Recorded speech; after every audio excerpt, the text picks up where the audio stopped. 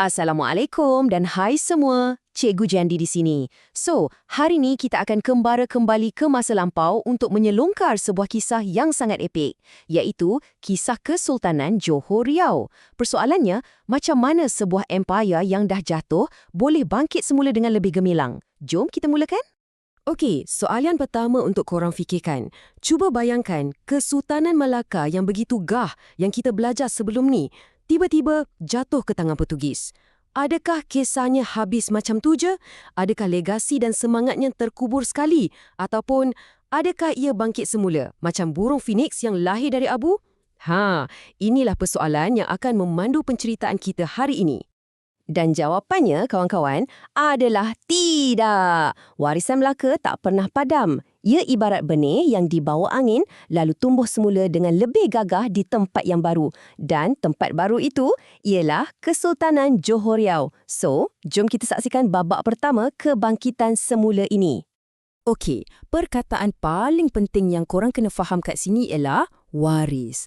Maksudnya, kerajaan Johor Riau ni bukanlah sebuah kerajaan baru yang muncul entah dari mana. Bukan. Ia adalah sequel langsung kepada Kesultanan Melaka. Ia adalah kesinambungan diasaskan oleh pewaris tahta Melaka sendiri. Jadi, DNA dan roh Melaka tu memang mengalir kuat dalam kerajaan baru ni. Dan inilah dia, waris yang dimaksudkan Raja Ali. Cuba korang letak diri korang di tempat baginda. Ayahandanya, Sultan Mahmud Shah, Sultan terakhir Melaka. Seluruh empayar jatuh di depan mata. Beban atas bahu baginda tu sangatlah berat.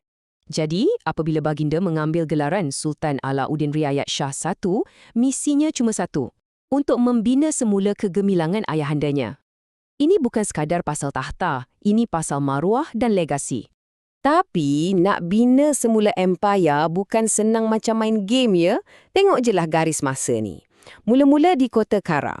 Lepas tu kena lari ke Kota Sayung. Kemudian pindah lagi ke Kota Batu. Kenapa asyik berpindah randah? Sebabnya, satu, Portugis tak henti-henti memburu.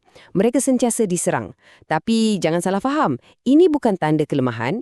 Ini adalah satu strategi yang bijak, sentiasa bergerak untuk terus hidup dan mengumpul kekuatan. Okey, bercakap pasal ancaman, Kesultanan Johor Riau ni berdepan dengan satu cabaran yang sangat-sangat besar. Ia bukan pertarungan satu lawan satu, tapi ia ibarat sebuah pertarungan tiga penjuru antara gergasi-gergasi pada zaman itu.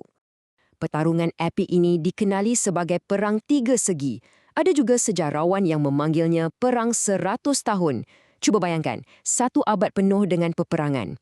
Siapa yang terlibat? Pertama, dah tentu Johor. Kedua, Portugis yang dah menakluk Melaka. Dan yang ketiga, sebuah lagi kuasa besar yang sedang meningkat naik dari utara.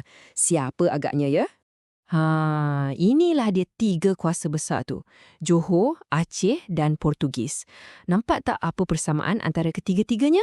Matlamat mereka sama. Semua nakkan benda yang satu ni, menguasai perdagangan di Selat Melaka. Selat Melaka ni macam lebuh raya utama perdagangan dunia zaman tu. Sesiapa yang kuasai Selat Melaka, dialah yang paling kaya dan berkuasa. Jadi, mereka sekejap berperang, sekejap berdamai, sekejap tikam belakang, semuanya demi hadiah utama ni. Korang rasa perang tiga segi tu dah cukup pening? Belum lagi. Johor ni diserang dari pelbagai arah lain. Mereka terpaksa berperang dengan Jambi selama 20 tahun. Itu musuh dari luar. Musuh dari dalam pun ada. Para pembesar, bendahara dengan laksamana, bergaduh sesama sendiri, berebut pengaruh. Dan, plot twist, tiba-tiba muncul pula raja kecil dari Siak yang mendakwa dialah waris sebenar tahta. Tekanan dari luar, tekanan dari dalam, keadaan memang sangat kritikal. Persoalannya sekarang, dengan begitu banyak musuh, masalah dalaman lagi, macam mana sebuah kerajaan yang baru nak up ni boleh bertahan? Bukan setakat bertahan, tapi akhirnya boleh jadi gemilang pula tu. Apa rahsia mereka? Apa secret sauce diorang? Jawapannya, strategi.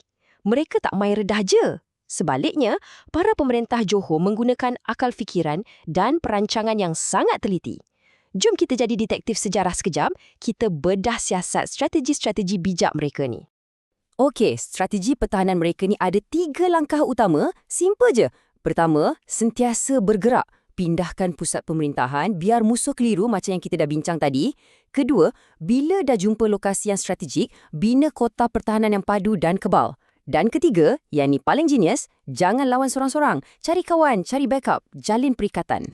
Dan bila kita sebut kota pertahanan, ini bukan pagar biasa-biasa tau. Cuba bayangkan pagar kayu setinggi 40 kaki. Itu lebih tinggi daripada bangunan 3 tingkat tau tak? Atas pagar tu pula penuh dengan bedil dan meriam. Ini mesej yang jelas kepada musuh. Jangan main-main. Mereka dah belajar dari kesilapan Melaka dan tak akan biarkan ia berulang.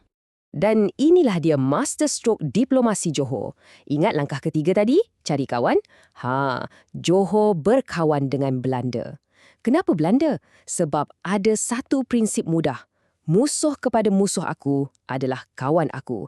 Johor bencikan Portugis. Belanda pun bencikan Portugis. Jadi, apa lagi? Geng lah. Ini satu percaturan politik yang sangat bijak pada waktu itu. Dan pakatan strategik ni akhirnya membuahkan hasil yang sangat besar.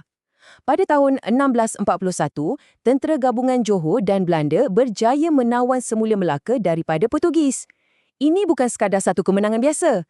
Inilah penamat kepada Perang Tiga Segi yang dah berlarutan selama 1 abad. Ancaman terbesar Johor akhirnya berjaya ditumpaskan, hasil gabungan kuasa senjata dan kebijaksanaan diplomasi.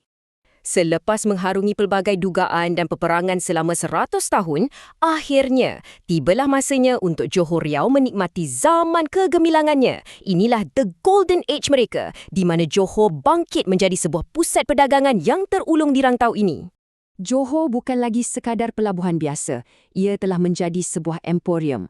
Apa tu emporium? Senang cerita, ia macam sebuah hypermarket antarabangsa pada zaman itu. Mega Mall dunia, tempat di mana semua pedagang dari seluruh pelosok dunia datang untuk berurus niaga. Mesti meriah gila kan? Tengok ni, siapa yang datang berdagang di Johor? Pedagang dari China, Gujarat di India, Siam sampailah ke kuasa Eropah seperti Belanda dan Inggeris. Semua ada. Pelabuhan Johor ni dah macam KLIA zaman dulu. Ini membuktikan yang Johor bukan lagi bermain di peringkat tempatan, tapi dah jadi hub perdagangan peringkat antarabangsa. Jadi, mesti korang tertanya-tanya kan? Apa yang istimewa sangat pasal pelabuhan Johor ni sampai semua orang nak datang? Sebenarnya, ada 2 faktor utama yang menjadi game changer untuk mereka. Faktor pertama, macam orang selalu cakap pasal hartanah, lokasi, lokasi, lokasi. Kedudukan Johor memang terbaik, betul-betul di laluan perdagangan utama antara timur dan barat. Faktor kedua pula ialah anugerah alam semula jadi. Sungai Johor tu sendiri sangat lebar dan dalam. Ini bermakna kapal-kapal dagang yang besar dari Eropah pun boleh masuk dan berlabuh dengan mudah dan selamat.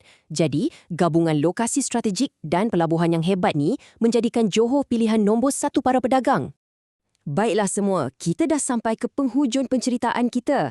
Jadi sebagai kesimpulan, jom kita rumuskan apa resepi atau bahan-bahan utama yang membawa kepada kejayaan Kesultanan Johor Riau ni. Inilah dia resepi kejayaan Johor Riau. Bahan asasnya, warisan dan semangat Melaka yang tak pernah padam. Kemudian campurkan dengan kepimpinan yang bijak, strategi pertahanan yang mantap dan kebijaksanaan diplomasi untuk mencari kawan. Akhir sekali, taburkan dengan kelebihan lokasi yang strategik. Setiap satu bahan ini sangat penting. Kalau kurang satu, mungkin Empire Johor Riau tak akan segemilang ini.